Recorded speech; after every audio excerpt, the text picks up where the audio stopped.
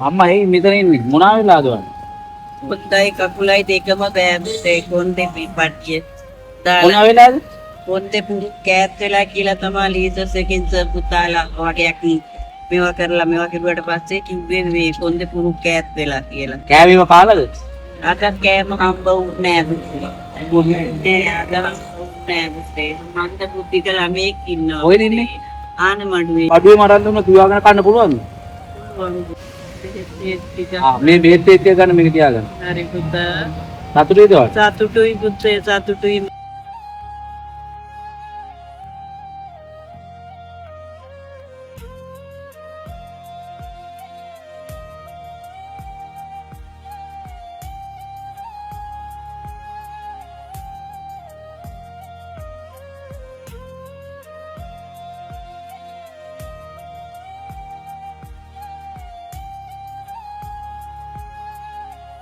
සතුටුයිද? සතුටුයි.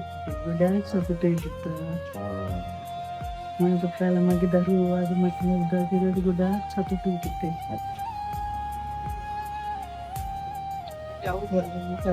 පුතාලට විරෝධී සම්පත් ලැබේවා.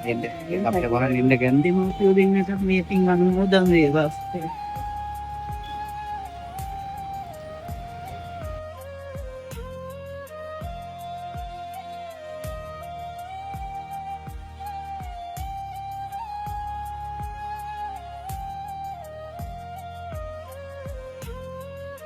දැන් අම්මට සතුටුයිද? සතුටුයි පුතා. රත්තරන් දෙයියෝමයි පුතාලා හම්බ වුණා වාගේ පුතේ.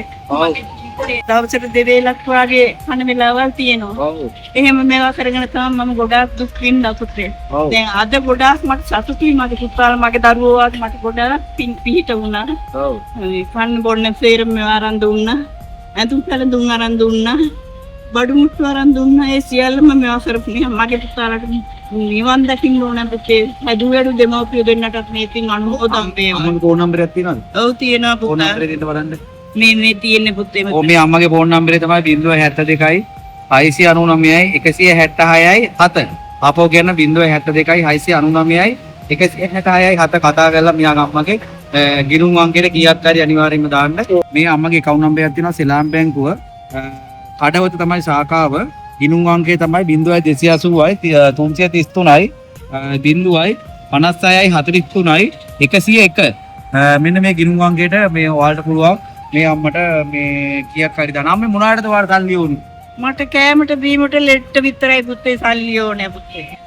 කන්න හම්බුන් නැති වෙලාවට අපේ සල්ලිත් නැත්තම් ඉතින් ඔහොම මෙවැල කාගෙන් හරි තව කීයක් හරි හොයාගෙන ගිහිල්ලා ඉල්ලගෙන ගිහිල්ලා ඉවරෙලා ආප දෙකක් විතර අරගෙන කාලා නිදි ගන්න. ජීවිතේ ගැන මොකද හිතෙන්නේ?